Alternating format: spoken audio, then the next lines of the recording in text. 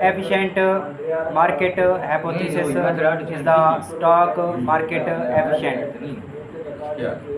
An important debate among investors is whether the stock market is efficient, that is, whether it reflects all the information made available to market participants at any given time. The efficient market hypothesis maintains that all stocks are perfectly priced according to their inherent investment properties, the knowledge of which all market participants possess. Equally, financial theories are subjective. In other words, there are no proven laws in finance. Instead, ideas try to explain how the market works. Here we take a look at where the efficient market hypothesis has fallen short in terms of explaining the stock market behavior.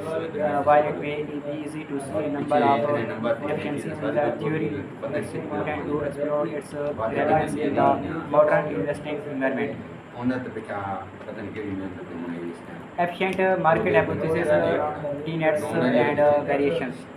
There are three tenets to the efficient market hypothesis: the weak, the semi-strong, and the strong. The weak make the assumption that current stock prices reflect all available information. It goes further to say past performance is irrelevant to what the future holds for the stock. Therefore, it is assumed that technical analysis cannot be used to achieve returns. The semi-strong form of the theory contains stock prices are factored into all information that is publicly available. Therefore, investors cannot use fundamental analysis to beat the market and make significant gains. In the strong form of the theory, all information, both public and private, are already factored into the stock prices, so it assumes no one has an advantage to the information available, whether that's someone on the inside or out. Therefore, it implies the market is perfect and making excessive profits from the market is next to impossible. Problem of EMH. While it may sound great, this theory is not without criticism. Other schools of thought, such as alphanomics, argue that markets can be inefficient. First, the efficient market hypothesis assumes all investors perceive all available information in precisely the same manner.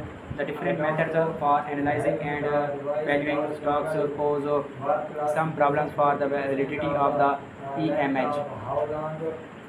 If one investor looks for undervalued market opportunities while another evaluates a stock on the basis of its growth potential, these two investors will already have arrived at a different assessment of the stock fair market value.